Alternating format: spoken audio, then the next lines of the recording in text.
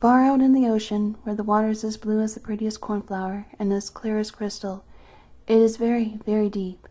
So deep indeed that no cable could fathom it.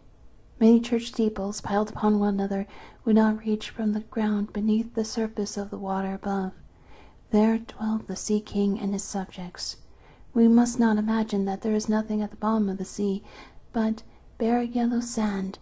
No, indeed, the most singular flowers and plants grow there, the leaves and stems of which are so pliant that the slightest agitation of the water causes them to stir as if they had life. Fishes, both large and small, glide between the branches as birds fly among the trees here upon land. In the deepest spot of all stands the castle of the Sea King. Its walls are built of coral, and the long Gothic windows of the clearest amber. The roof is formed of shells that open and close as the water flows over them. Their appearance is very beautiful, for in each lies a glittering pearl, which would be fit for the crown of a queen. The Sea King had been a widower for many years, and his aged mother kept house for him, for she was a very wise woman, and exceedingly proud of her high birth, on that account that she wore 12 oysters on her tail, while others of high rank were only allowed to wear 6. She was, however, deserving of great praise, especially for her care of the little sea princesses, her granddaughters. They were 6 beautiful children, but the youngest was the prettiest of them all.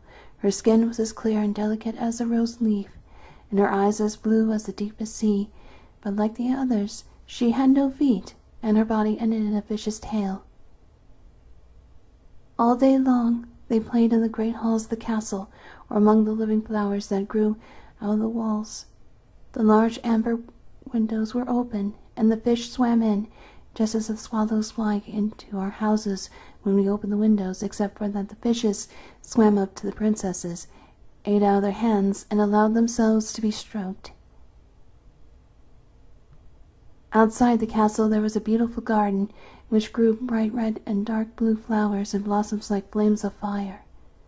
The fruit glittered like gold, and the leaves and stems waved to and fro continually. The earth itself was the finest sand, but blue as the flame of burning sulphur. Over everything lay a peculiar blue radiance, as if it were surrounded by the air from above, through which the blue sky shone instead of the dark depths of the sea. In calmer weather the sun would be seen, looking like a purple flower with the light streaming from the calyx. Each of the young princesses had a little plot of ground in the garden where she might dig and plant as she pleased. One arranged her flower bed into the form of a whale, another thought it would be better to make hers like the figure of a little mermaid, but that of the youngest was round like the sun, and contained flowers as red as his rays at sunset. She was a strange child, quiet and thoughtful, and while her sisters would be delighted with the wonderful things which they obtained from the wrecks of vessels, she cared for nothing but her pretty red flowers, like the sun, excepting a beautiful marble statue. It was the representation of a handsome boy, carved out of pure white stone, which had fallen to the bottom of the sea from a wreck. She planted by the statue a rose-colored weeping willow. It grew splendidly, and very soon hung its fresh branches over the statue, almost down to the blue sands. The shadow had a violent tint, and waved to and fro like the branches. It seemed as if the crown of the tree and the root were in play and trying to kiss each other. Nothing gave her so much pleasure as to hear about the world above the sea. She made her old grandmother tell her all she knew of the ships and the towns, the people and the animals. To her it seemed most wonderful and beautiful to hear that the flowers of the land should have fragrance, and not those below the sea, that the trees of the forest could be green, and that the fishes among the trees could sing so sweetly that it was quite a pleasure to hear them. Her grandmother called the little birds fishes, or she would not have understood her, for she never had seen birds. "When you have reached your 15th year," said the grandmother, "you'll have permission to rise up out of the sea, to sit on the rocks at the moonlight, while the great ships are sailing by, and then you'll see both forests and towns." In the following year, when the sisters would be 15, and as each was a year younger than the other, the youngest would have to wait 5 years before her turn came to rise up from the bottom of the ocean and see the earth as we do. However, each promised to tell the others what she saw on her first visit, and what she thought the most beautiful, for their grandmother could not tell them enough. There were so many things on which they wanted information. None of them longed so much for her turn to come as the youngest. She would have the longest time to wait, and she was so quiet and thoughtful. Many nights she stood by the open window, looking up through the dark water and watching the fish as they splashed about with their fins and tails. She could see the moon and stars shining faintly, but through the water they looked larger than they do to our eyes.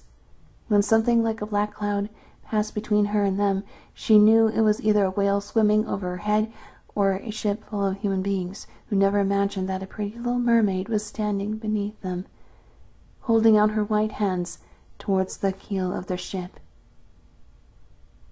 As soon as the eldest was 15, she was allowed to rise to the surface of the ocean, where she came back. She had hundreds of things to talk about, but the most beautiful, she said, was to lie in the moonlight on a sandbank in the quiet sea near the coast, and to gaze on the large town nearby, where the lights were twinkling like hundreds of stars, to listen to the sounds of the music, the noise of carriages, and the voices of human beings, and then to hear the merry bells peal about from the church steeples. And because she could not go near to all those wonderful things, she longed for them more than ever.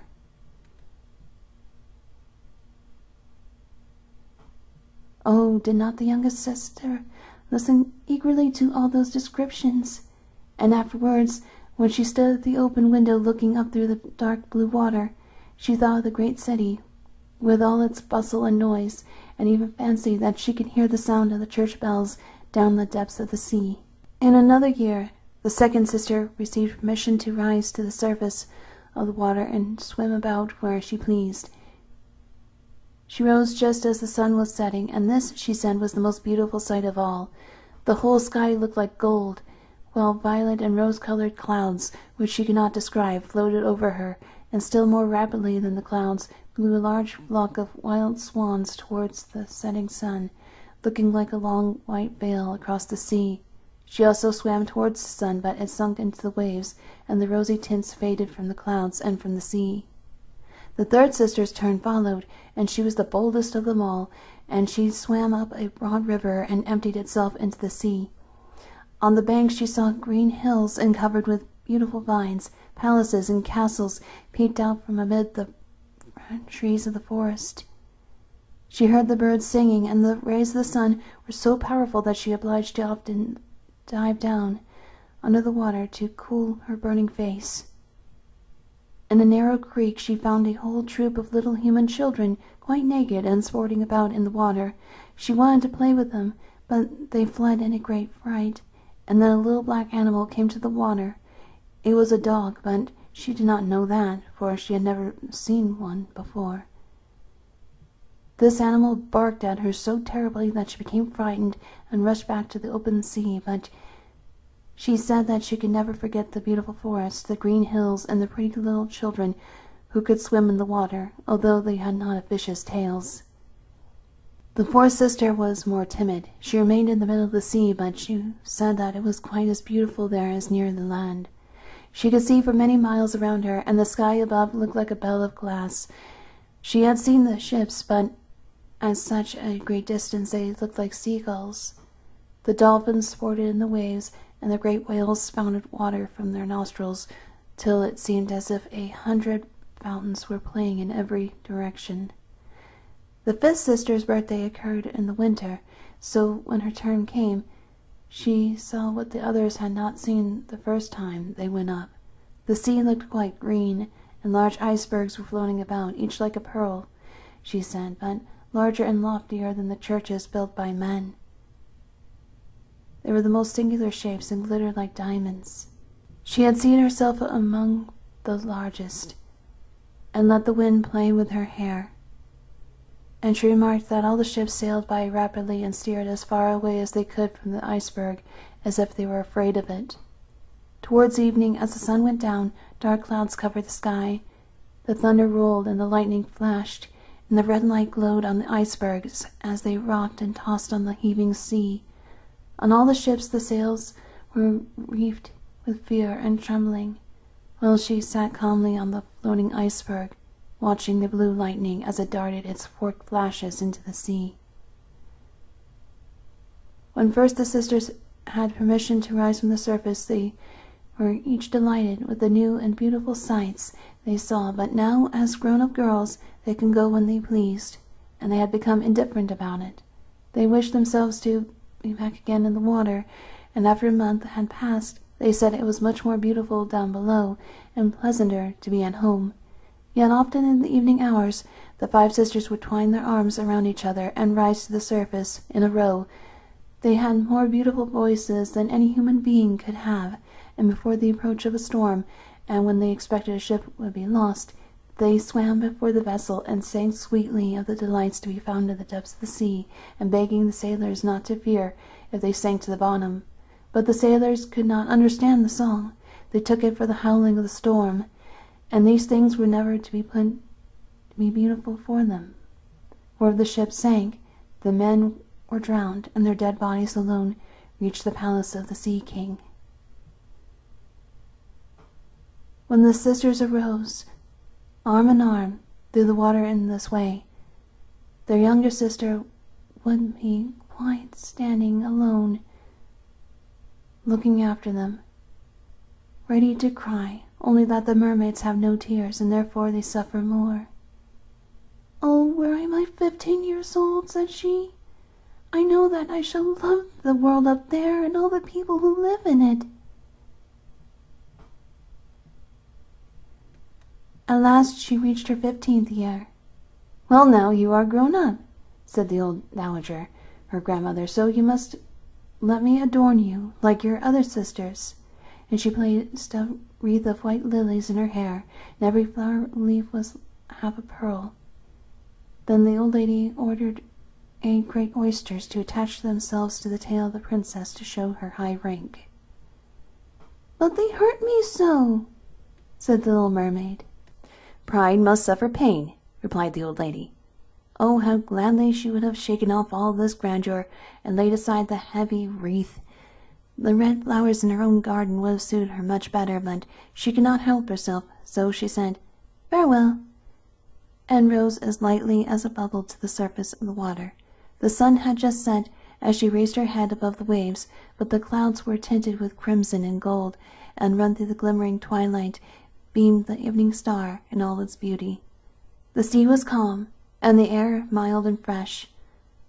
A large ship with 3 masts lay becalmed on the water, with only 1 sail set, for not a breeze stiffed, and the sailors sat idle on deck or amongst the rigging. There was music and song on board, and as darkness came on, 100-colored lanterns were lighted, as if the flags of all the nations waved in the air. The little mermaid swam close to the cabin windows, and now and then, as the waves lifted her up, she could look in through clear glass window panes, and see a number of well-dressed people within.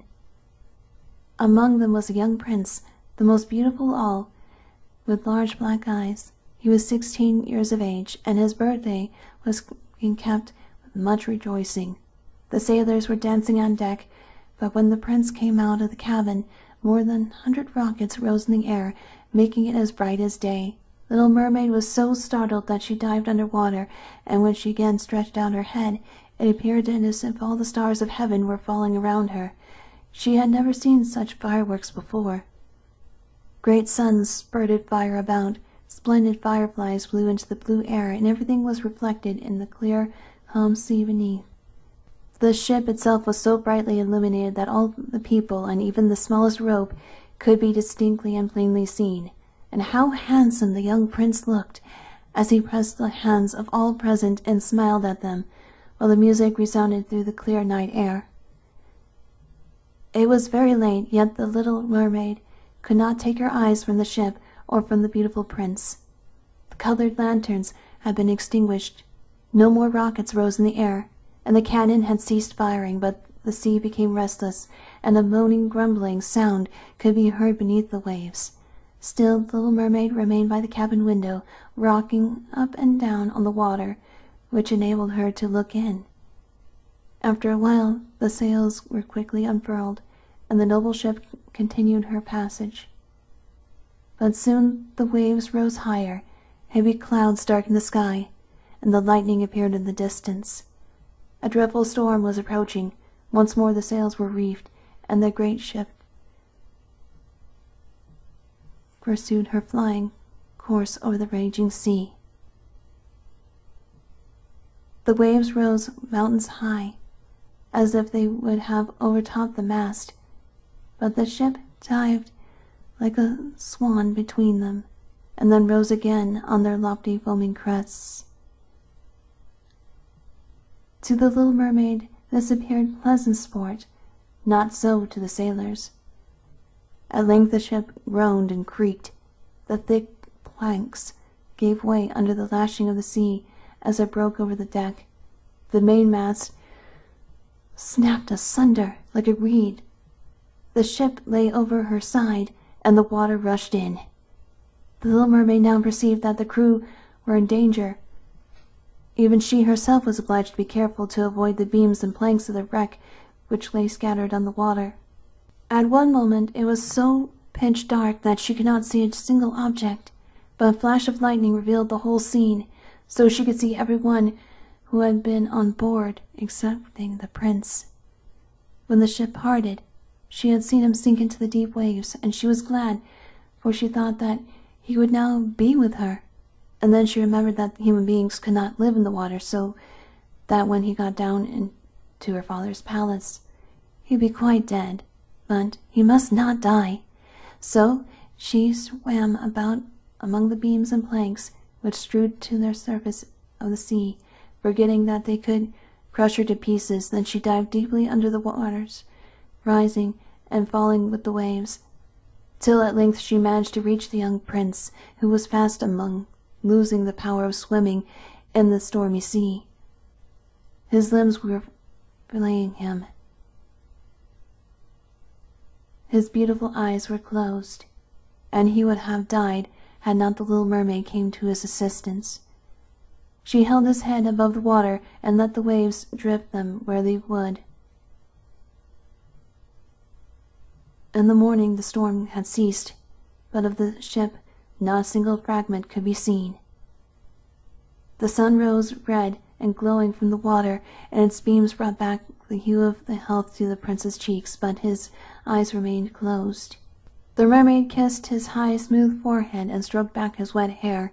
He seemed to her like the marble statue in her little garden, and she kissed him again and wished he might live. Presently they came in sight of land. She saw lofty blue mountains on which the white snow rested, as if a flock of swans were flying among them. Near the coast were beautiful green forests, and close by stood a large building, whether a church or a convent she could not tell. Orange and citron trees grew in the garden, and before the door stood lofty palms. The sea here formed a little bay in which the water was quite still, but very deep. So she swam with the handsome prince to the beach, which was covered with fine white sand, and there she laid him in the warm sunshine, taking care to raise his head higher than his body. The bells sounded in the large white building, and a number of young girls came into the garden. The little mermaid swam out farther from the shore and placed herself among some high rocks that rose out of the water. Then she covered her head and neck with the foam of the sea, so that her little face might not be seen, and watched to see what could become of the prince. She did not wait long before she saw a young girl approach the spot where he lay. She seemed frightened at first, but only for a moment. Then she fetched a number of people, and the mermaid saw that the prince came to life again and smiled upon those who stood round him. But to her he sent no smile. He knew not that she had saved him. This made her very unhappy, and when he was led away into the great building, she dived down sorrowfully into the water and returned to her father's castle. She had always been silent and thoughtful, and now she was more so than ever. Her sisters asked her what she had seen during her first visit to the surface of the water, but she would tell them nothing. Many as evening and morning did she rise to the place where she had left the prince. She saw the fruits in the garden ripen till they were gathered. The snow on the tops of the mountains melt away, but she never saw the prince, and therefore she returned home, always more sorrowful than before. It was her only comfort to sit in her own little garden and fling her arm round the beautiful marble statue, which was like the prince, but she gave up tending her flowers, and they grew in wild confusion over the paths, twining their long leaves and stems round the branches of the trees, so that the whole place became dark and gloomy. At length she could bear it no longer, and told one of her sisters all about it. Then the others heard the secret, and very soon it became known to two mermaids, whose intimate friend happened to know who the prince was. She had also seen the festival on board ship, and told them where the prince came from, and where his palace stood. "Come, little sister," said the other princesses. Then they entwined their arms and rose up in a long row to the surface of the water, close by the spot where they knew the prince's palace stood. It was built of bright yellow shining stone, with long flights of marble steps, one of which reached quite down to the sea. Splendid gilded cupolas rose over the roof, and between the pillars that surrounded the whole building stood lifelike statues of marble. Through the clear crystal of the lofty windows could be seen noble rooms, with costly silk curtains and hangings of tapestry, while the walls were covered with beautiful paintings, which were a pleasure to look at. In the center of the largest saloon a fountain threw its sparkling jets high up into the glass cupola of the ceiling, through which the sun shone upon the water and upon beautiful plants growing round the basin of the fountain. Now that she knew where he lived, she spent many an evening and many a night in the water near the palace. She could swim much nearer to the shore than any of the others ventured to do. Indeed, once she went quite up to the narrow channel under the marble balcony, which threw a broad shadow on the water. Here she would sit and watch the young prince, who thought himself quite alone in the bright moonlight. She saw him many times of an evening sailing in a pleasant boat, with music playing and flags waving.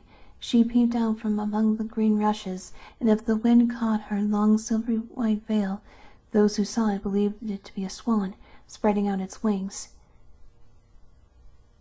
On many a night, too, where the fishermen with their torches were out at sea, she heard them relate so many good things about the doings of the young prince that she was glad she had saved his life, for he had been tossed about half dead on the waves. And she remembered that his head had rested on her bosom, and how heartily she had kissed him, but he knew nothing all of this, and could not even dream of her. She grew more and more fond of human beings, and wished more and more to be able to wander about with those whose world seemed to be much larger than her own. They could fly over the sea in ships, and mount the high hills which were far above the clouds, and the lands they possessed, their woods and their fields, stretched far away beneath the reach of her sight. There was so much that she wished to know, and her sisters were unable to answer all her questions. Then she applied to her old grandmother, who knew all about the upper world, which she very rightly called the lands above the sea. "If human beings are not drowned," asked the little mermaid, "can they live forever? Do they never die as we here in the sea?" "Yes," replied the old lady, "they must also die, and their term of life is even shorter than ours. We sometimes live to 300 years, but when we cease to exist, here we only become the foam on the surface of the water, and we have not even a grave down here of those we love. We have not immortal souls, who shall never live again, but like the green seaweed, when once it has been cut off, we can never flourish more. Human beings, on the contrary, have a soul which lives forever, lives after the body has been turned to dust. It rises up through the clear, pure air beyond the glittering stars, as we rise out of the water and behold all the land of the earth. So they do rise to unknown and glorious regions to which we shall never see." why have we not an immortal soul?" asked the little mermaid mournfully. "I would give gladly all the hundreds of years that I have left to live to be a human being only for one day, and to have the hope of knowing the happiness of that glorious world above the stars." "You must not think that," said the old woman. "We feel ourselves to be much happier and much better off than the human beings." "So I shall die," said the little mermaid, "and as the foam of the sea I shall be driven about, never again to hear the music of the waves, or to see the pretty flowers, nor the red sun. Is there anything I can do to win an immortal soul?" "No," said the old woman, "unless a man were to love you so much that you were more to him than his father or mother, and if all his thoughts and all his love were fixed upon you, and the priest placed his right hand in yours, and he promised to be true to you here and hereafter, then his soul would glide into your body, and you obtain a share in the future happiness of mankind. He would give a soul to you and retain his own as well. But this can never happen.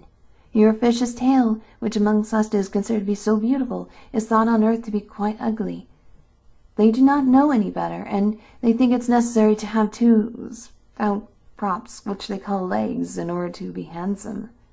Then the little mermaid sighed and looked sorrowfully at her fish's tail. "Let us be happy," said the old lady, "and dart and spring about during the 300 years that we have left to live, which is really quite long enough. After that we can rest ourselves all the better. This evening we are going to have a court ball. It is one of those splendid sights which we can never see on earth. The walls and the ceiling of the large ballroom were thick but transparent crystal. Many hundreds of colossal shells, some of a deep red, others of a grass green, stood on each side in rows with blue fire in them, which lighted up the whole saloon and shone through the walls, so that the sea was so illuminated. Innumerable fishes, great and small, swam past the crystal walls. On some of them the scales glowed with a purple brilliancy, on others they shone like silver and gold. Through the halls flowed a broad stream, and in it danced the mermen and the mermaids to the music of their own sweet singing. No one on earth has such a lovely voice as theirs. The little mermaid sang more sweetly than them all. The whole court applauded for her with hands and tails, and for a moment her heart felt quite happy, for she knew she had the loveliest voice of any on earth or in the sea. But soon she thought again of the world above her, for she could not forget the charming prince, nor her sorrow that she had not an immortal soul like his. Therefore she crept away silently out of her father's palace, and while everything within was gladness and song, she sat in her own little garden, sorrowful and alone. Then she heard the bugle sounding through the water, and thought, "He is certainly sailing above, he on with my wishes depend, and in whose hands I should like to place the happiness of my life. I will venture all for him, and to win an immortal soul. While my sisters are dancing in my father's palace, I will go to the sea witch, of whom I have always been so much afraid, but she can give me counsel and help." And then the little mermaid went out from her garden and took the road to the foaming whirlpools behind which the sorceress lived. She had never been that way before. Neither flowers nor grass grew there. Nothing but bare, gray, sandy ground stretched out to the whirlpool, where the water, like foaming mill-wheels, whirled round everything that it seized and cast into the fathomless deep. Through the midst of these crushing whirlpools the little mermaid was obliged to pass to reach the dominions of the sea witch, and also for a long distance the only road in right across a quantity of warm, bubbling mire, called by the witch her turf moor. Beyond this stood her house, in the center of a strange forest in which all the trees and flowers were polypi, half animals and half plants. They looked like serpents with 100 heads growing out of the ground. The branches were long, slimy arms, with finger-like flexible worms, moving limb after limb from the root to the top. All that could be reached in the sea they seized upon and held fast, so that it never escaped from their clutches.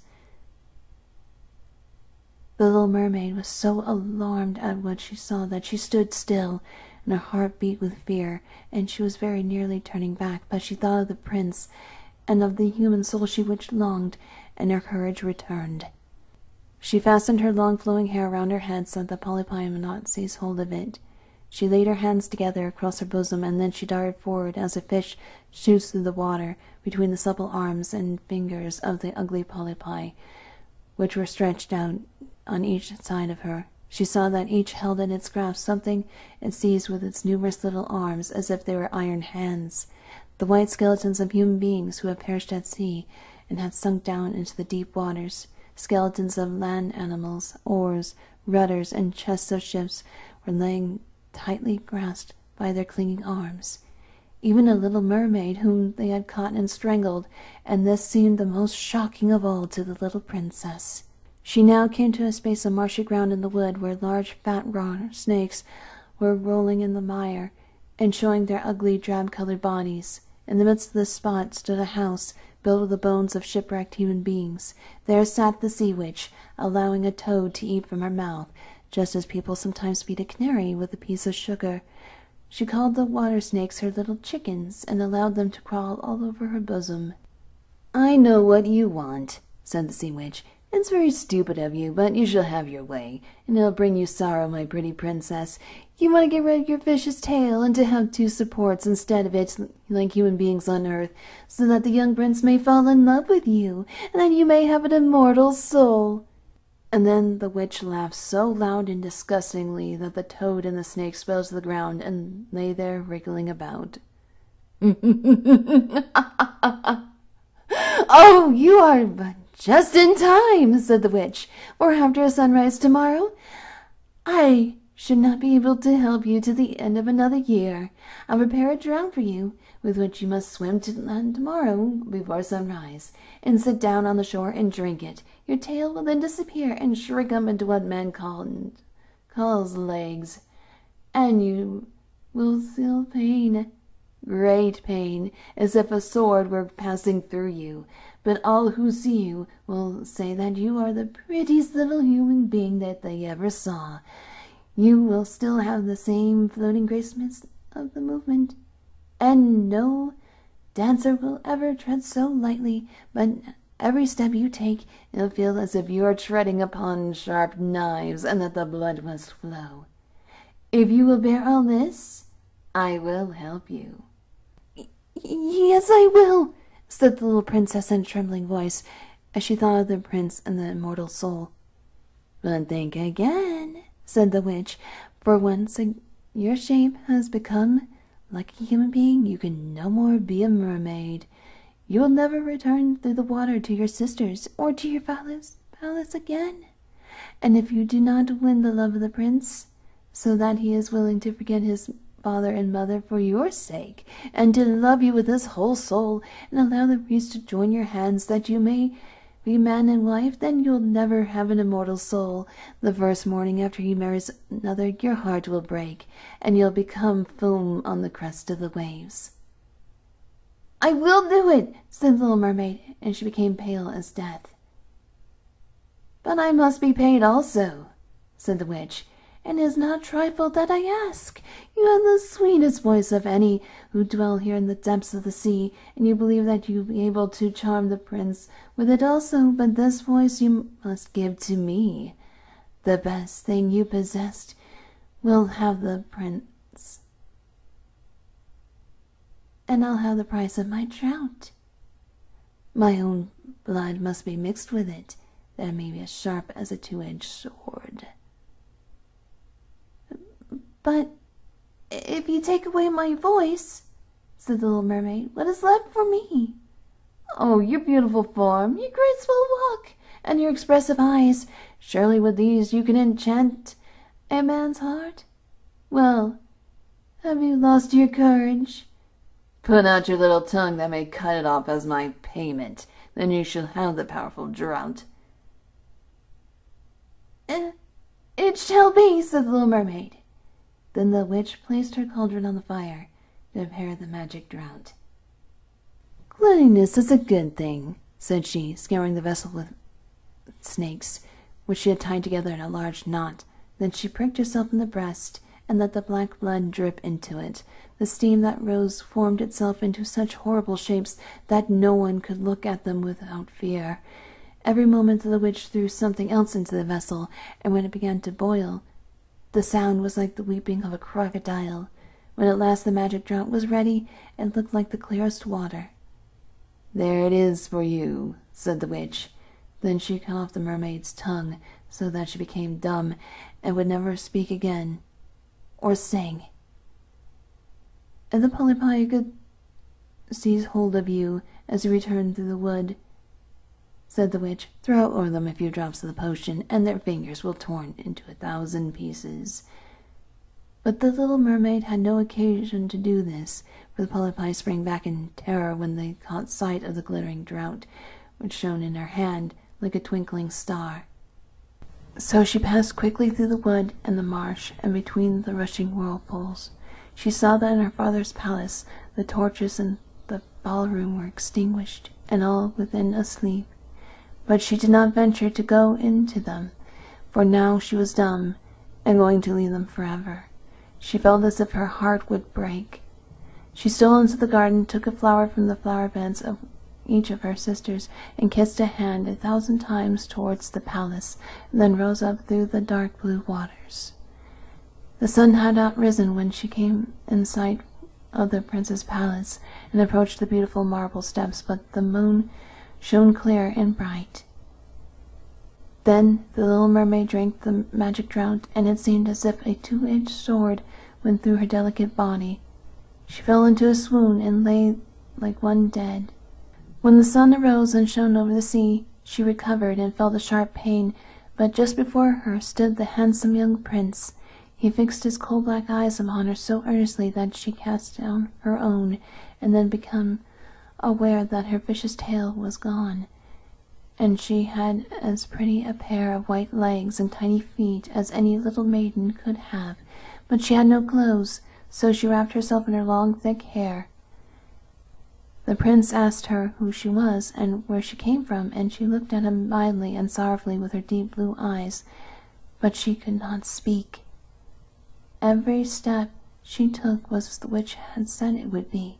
She felt as if treading upon the points of needles or sharp knives, but she bore it willingly, and stepped as lightly as the princess sighed as a soap bubble, so that he and all who saw her wondered at her graceful swaying movements. She was very soon arrayed in costly robes of silk and muslin, and was the most beautiful creature in the palace. But she was dumb, and could neither speak nor sing. Beautiful female slaves dressed in silk and gold stepped forward and sang before the prince and his royal parents. One sang better than all the others, and the prince clapped his hands and smiled at her. This was great sorrow to the little mermaid. She knew how much more sweetly she herself could sing once, and she thought, "Oh, if only he could know that, I would have given away my voice forever to be with him." The slaves next performed some pretty fairy-like dances to the sound of beautiful music. Then the little mermaid raised her lovely white arms, stood on the tips of her toes, and glided over the floor, and danced as no one yet had been able to dance. At each movement her beauty became more revealed, and her expressive eyes appealed more directly to the heart than the songs of the slaves. Everyone was enchanted, especially the prince, who called her his little foundling, and she danced again quite readily, so as to please him, though each time her foot touched the floor it seemed as if she trod on sharp knives. The prince said she should remain with him always, and she received permission to sleep at his door on a velvet cushion. He had a page's dress made for her, that she might accompany him on horseback. They rode together through the sweet-scented woods, where the green boughs touched their shoulders, and the little birds sang among the fresh leaves. She climbed with the prince to the tops of high mountains, and although her tender feet bled so that even her steps were marked, she only laughed and followed him till they could see the clouds beneath, looking like a flock of birds traveling to distant lands. While at the prince's palace, and when all the household were asleep, she would go and sit on the broad marble steps, where it eased her burning feet to bathe them in the cold sea water, and then she thought of all those below in the deep. Once during the night her sisters came up arm in arm, singing sorrowfully as they floated on the water. She beckoned to them, and then they recognized her and told her how she had grieved them. After that, they came to the same place every night, and once she saw in the distance her old grandmother, who had not been to the surface of the sea for many years, and the old sea king, her father, with his crown on his head. They stretched out their hands towards her, but they did not venture so near the land as her sisters did. As the days passed, she loved the prince more fondly, and he loved her as he would love a little child, but it never came to his head to make her his wife yet. Unless he married her, she could not receive an immortal soul, and on that morning after his marriage with another, she would dissolve into the foam of the sea. "Do you not love me the best of them all?" the eyes of the little mermaid seemed to say when he took her in his arms and visited her, kissed her upon the forehead. "Yes, you are dear to me," said the prince, "for you have the best heart, and you are the most devoted to me. You are like a young maiden whom I once saw, but whom I shall never meet again. I was in a ship that was wrecked, and the waves cast me ashore near a holy temple, where several young maidens performed the service. The youngest of them found me on the shore and saved my life. I saw her but twice, and she is the only one in the world whom I could love, but you are like her, and you have almost driven her image out of my mind. She belongs to the holy temple, and my good fortune has sent you to me instead of her, and will never part." "Ah, he knows that it was I who saved his life," thought the little mermaid. "I carried him over the sea to the wood where the temple stands. I sat beneath the foam and watched till the human beings came to help him. I saw the pretty maiden that he loves better than he loves me." And the mermaid sighed deeply, but she could not shed tears. "He says the maiden belongs to the holy temple, therefore she'll never return to the world. They will meet no more while I am by his side and see him every day. I will take care of him and love him and give up my life for his sake." Very soon it was said that the prince must marry, and that the beautiful daughter of a neighboring king would be his wife, for a fine ship was being fitted out. Although the prince gave out that he merely intended to pay a visit to the king, it was generally supposed that he really went to see his daughter. A great company were to go with him. The little mermaid smiled and shook her head. She knew the prince's thoughts better than any of the others. "I must travel," he had said to her. "I must see this beautiful princess. My parents desire it, but they'll not oblige me to bring her home as my bride. I cannot love her. She is not like the beautiful maiden at the temple, whom you resemble. If I were forced to choose a bride, I would rather choose you, my dumb foundling, with those expressive eyes."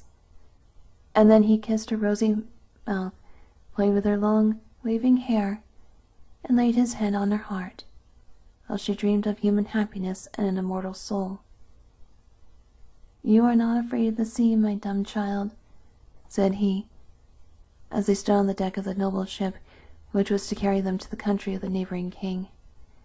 And then he told her of storm and of calm, of strange fishes in the deep beneath them, and what the divers had seen there, and she smiled at his descriptions, for she knew better than any of the wonders were at the bottom of the sea. In the moonlight, when all aboard were asleep excepting the man at the helm who was steering, she sat on the deck, gazing down through the clear water. She thought she could distinguish her father's castle, and upon it her aged grandmother, with the silver crown on her head, looking through the rushing tide at the keel of the vessel. Then her sisters came up on the waves and gazed at her mournfully, wringing their white hands. She beckoned to them and smiled and wanted to tell them how happy and well off she was, but the cabin boy approached, and when her sisters dived down, he thought it was only the foam of the sea which he saw. The next morning the ship sailed into the harbor of a beautiful town belonging to the king, whom the prince was going to visit. The church bells were ringing, and from the high towers sounded a flourish of trumpets, and soldiers, with flying colors and glittering bayonets, lined the rocks through which they passed. Every day was a festival. Balls and entertainments followed one another. But the princess had not yet appeared. People said that she was being brought up and educated as a religious house, where she was learning every royal virtue. At last she came.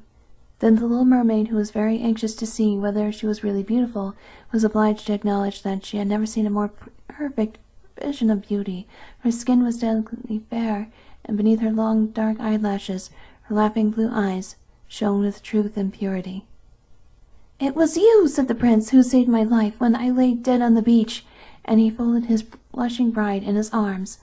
"Oh, I am too happy," said he to the little mermaid. "My fondest hopes are all fulfilled. You will rejoice at my happiness, for your devotion to me is great and sincere." The little mermaid kissed his hand and felt as if her heart were already broken. His wedding morning would bring death to her, and she would change into the foam of the sea. All the church bells rung, and the heralds rode about the town proclaiming the betrothal. Perfumed oil was burning in costly silver lamps on every altar. The priest waved the censers, while the bride and bridegroom joined their hands and received the blessing of the bishop. The little mermaid, dressed in silk and gold, held up the bride's train, but her ears heard nothing of the festive music, and her eyes saw not the holy ceremony. She thought of the night of death which was coming to her, and of all she had lost in the world. On the same evening the bride and bridegroom went on board ship. Cannons were roaring, flags waving, and in the center of the ship a costly tent of purple and gold had been erected. It contained an elegant couch for the reception of the bride pair during the night. The ship, with swelling sails and a favorable wind, gliding away smoothly and lightly over the calm sea. When it grew dark, a number of colored lamps were lit, and the sailors danced merrily on the deck. The little mermaid could not help thinking of her first rising out of the sea, where she had seen familiar festivities and joys, and she joined in the dance, poised herself in the air as a swallow when he pursues his prey, and all present cheered her with wonder. She had never danced so elegantly before. Her tender feet felt as if it were cut with sharp knives, but she cared not for it. A sharper pang had pierced through her heart. She knew this was the last evening she could ever see the prince, for whom she had forsaken her kindred and her home. She had given up her beautiful voice and suffered unheard of pain daily for him, while he knew nothing of it. This was the last evening she could breathe the same air with him, or gaze on the starry sky and the deep sea on eternal night, without a thought or a dream awaited her. She had no soul, and now she could never win one. All was joy and gaiety on board ship till long after midnight. She laughed and danced with the rest, while the thoughts of the death were in her heart. The prince kissed his beautiful bride, while she played with his raven hair, till he went arm in arm to rest on the splendid tent. Then all became still on board the ship. The helmsman, alone awake, stood at the helm. The little mermaid leaned her white arms on the edge of the vessel and looked towards the east for the first blush of morning, for that first ray of dawn that could bring her death. She saw her sisters rising out of the flood. They were pale as herself, but their long beautiful hair waved no more in the wind, and had been cut off. "We have given our hair to the sea witch," said they, "to obtain help for you, that you may not die tonight. She has given us a knife. Here it is. See, it is very sharp. Before the sun rises, you must plunge it into the heart of the prince. When the warm blood falls upon your feet, they'll grow together again and form into a fish's tail, and you'll be once more a mermaid and return to us to live out your 300 years before you die and change into the sea salt foam. Haste, then. He or you must die before sunrise. Our old grandmother moans so for you that her white hair is falling off from sorrow. Sowers fell under the witch's scissors. Kill the prince and come back. Hasten. Do you not see the first red streaks in the sky? In a few minutes the sun will rise and you must die." And then they sighed deeply and mournfully and sank down beneath the waves. The little mermaid drew back the crimson curtain of the tent and beheld the fair bride with her head resting on the prince's breast. She bent down and kissed his fair brow, then looked at the sky on which the rosy dawn grew brighter and brighter. Then she glanced at the sharp knife, and again fixed her eyes on the prince, who whispered the name of his bride in his dreams. She was in his thoughts, and the knife trembled in the hand of the little mermaid. Then she flung it far away from her into the waves. The water turned red where it fell, and the drops that spurted up looked like blood. She cast one more lingering, half-fainting glance at the prince, and then threw herself from the ship onto the sea, and thought her body was dissolving into foam. The sun rose above the waves, and his warm rays fell on the cold foam of the little mermaid, who did not feel as if she were dying. She saw on the bright sun, and all around her floated hundreds of transparent, beautiful beings. She could see through them the white sails of the ship and the red clouds in the sky. Their speech was melodious, but too ethereal to be heard by mortal ears, as they were also unseen by mortal eyes. The little mermaid perceived that she had a body like theirs, and that she continued to rise higher and higher out of the foam. "Where am I?" asked she, and her voice sounded ethereal as the voice of those who were with her. No earthly music could imitate it. "Among the daughters of the air," answered one of them. "A mermaid has not an immortal soul, nor can she obtain one unless she wins the love of a human being. On the power of another hangs her eternal destiny, but the daughters of the air, although they do not possess an immortal soul, can by their good deeds procure one for themselves. We fly to warm countries and cool the sultry air that destroys mankind with the pestilence. We carry the perfume of the flowers to spread health and restoration. After we have striven for 300 years to all the good in our power, we receive an immortal soul and take part in the happiness of mankind. You, poor little mermaid, have tried with your whole heart to do as we are doing. You have suffered and endured and raised yourself to the spirit world by your good deeds, and now, by striving for 300 years in the same way, you may obtain an immortal soul." The little mermaid lifted her glorified eyes towards the sun and felt them, for the first time, filling with tears. On the ship in which she had left the prince, there were life and noise. She saw him and his beautiful bride searching for her. Sorrowfully they gazed at the pearly foam, as if they knew she had thrown herself into the waves. Unseen she kissed the forehead of her bride, and fanned the prince, and then mounted with the other children of the air to a rosy cloud that floated through the ether. "After 300 years, thus shall we float into the kingdom of heaven," said she. "And we may even get there sooner," whispered one of her companions. "Unseen we can enter the houses of men, where there are children, and for every day on which we find a good child, who is the joy of his parents and deserves their love, our time of probation is shortened. The child does not know, when we fly through the room, that we smile with joy at his good conduct, for we can count 1 year less of our 300 years, but when we see a naughty or wicked child, we shed tears of sorrow, and for every tear a day is added to our time of trial."